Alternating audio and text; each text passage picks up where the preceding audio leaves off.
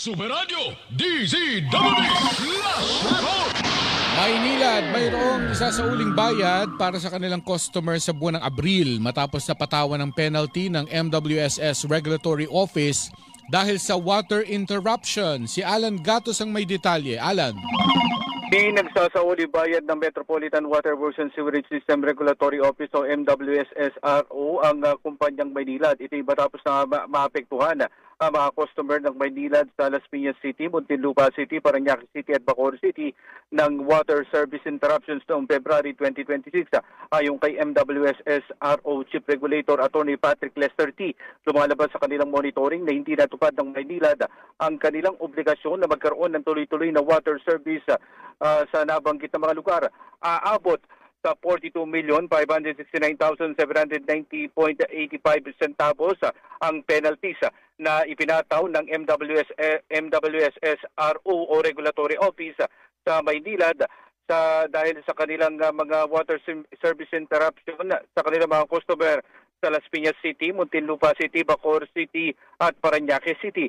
Dahil dito, nasa 432.92 pesos kada water service connection sa April billing ang rebate sa kanilang mga customer. Kabilang sa naging dahilan ng pagkaantala ng supply ng tubig sa apat na lungsod ang problema sa Putatan Treatment Plant at Poblacion Treatment Plant.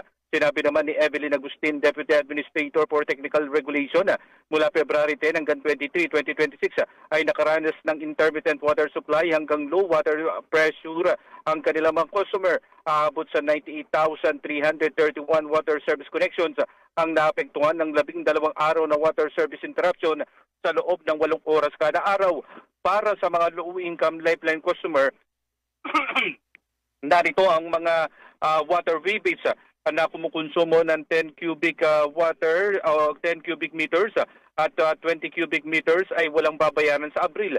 Sa halip may utang pa ang Maynilad na 280.86 pesos para sa 10 cubic meters habang 53.62 pesos para sa 20 cubic meters na napapasok para sa May billing. Samantala para sa mga regular customer na kumukonsumo ng 10 cubic meters ay walang babayaran sa Abril dahil sa may utang pa ang Maynilad na 245.59 pesos na papasok sa May billing. Habang ang 20 cubic meters na regular customer ay magbabayad lang ng 271.39 pesos sa April billing. Ako si Alan Gatos ng GMA sa Paradyo, DZWB, dapat totoo. Superradyo DZWB Flash Report! Alas 10:57. Usap tayo. Super Kwentuhan with Mark and Susan. Punta tayo kay Nimpa muna. Superradyo DZWB Flash Report! Presyo ng diesel. So ito na. Presyo ng diesel posibleng tumaas ng 11 hanggang 12 pesos kada litro. Yan po ay sa susunod na linggo. Nimpa, pasok! When kapit ang mga motorista, maaaring mag-double digit na naman ang itataas ng presyo ng diesel sa susunod na linggo. Sa report ng GMA News Online, pwedeng umabot sa 11 pesos hanggang 12 pesos ang itataas ng presyo kada litro ng diesel sa susunod na linggo. Sabi ng oil industry sources, yan ay batay sa estimate sa trading sa Mean of Blood Singapore o MOPS. Kapag ganyan ang itinaas, ganyang halaga 11 pesos hanggang 12 pesos kada litro, papalo ang presyo ng diesel sa 118 pesos hanggang 146 pesos and 30 centavos kada litro. Ngayong linggo, March 24 to 30, ang diesel ay nasa 107 to 134 pesos and 30 centavos dahil sa pagtataas ng presyo nitong Martes. Ang epekto naman sa premium diesel ng pagtataas, maaaring pumalo ang presyo nito kada litro sa 125 pesos hanggang 156 pesos kada litro. Ang gasolina, ang projection, walang magiging pagbabago o kaya naman magkakaroon ng increase na 3 piso kada litro na kung sakali magpapaakyat sa pump price sa 115 pesos and 40 centavos kada litro.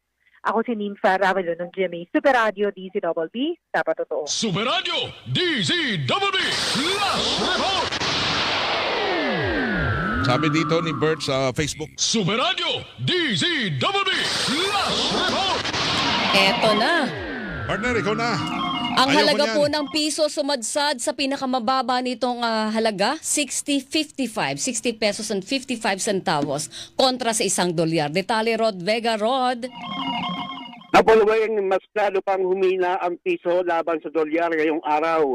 Nagsara ang palitan ng piso laban sa dolyar sa 60 pesos and 55 centavos kontra naman sa isang US dollar. Ito na ang all-time low na palitan ng piso sa dolyar matapos namang sumampa sa 60 pesos level ang palitan nitong unang araw ng Marso. Ako si Rod Vega ng GMA Super Radio DCWB, dapat totoo. Super Radio DZWB Last Report. Alam mo, sa Double B. Ransada ng mga balita. Ransada ng mga balita. Super Radio DZWB Last Report. Sunog sumiklab sa bahagi ng Espanya sa lungsod ng Maynila. Itinaas na po yan sa unang alarma. Nakatutok sa balitang yan si Christian Manyo. Christian, pasok. Itong sunog nga ang sumiklab sa bahagi ng Espanya Boulevard, corner Lacson Avenue. Dito sa lungsod ng Maynila bago mag-alas 9 ng umaga. Sa impormasyon mula sa Bureau of Fire Protection, ito ay nakataas na sa unang alarma. Nirerespondihan naman na ito ng mga bumbero mula sa BFP, maging fire volunteers. Ako, si Christian Manyo ng GMA Super Radio, DCWB, dapat totoo. Super Radio DZWB Last Report. Ransada ng mga balita. Ransada ng mga balita. Ano bang ginagawa ko at ayaw mo akong tigilan? Ikaw ang ayaw tumigil, Balderrama. Walang matuwid sa pagkatao mo, Balderrama. Pagmasdan mo ng mabuti ang araw. Dahil bukas, hindi ka nasisikatan ng araw. Kakalusin na kita. FBJ sa GMA.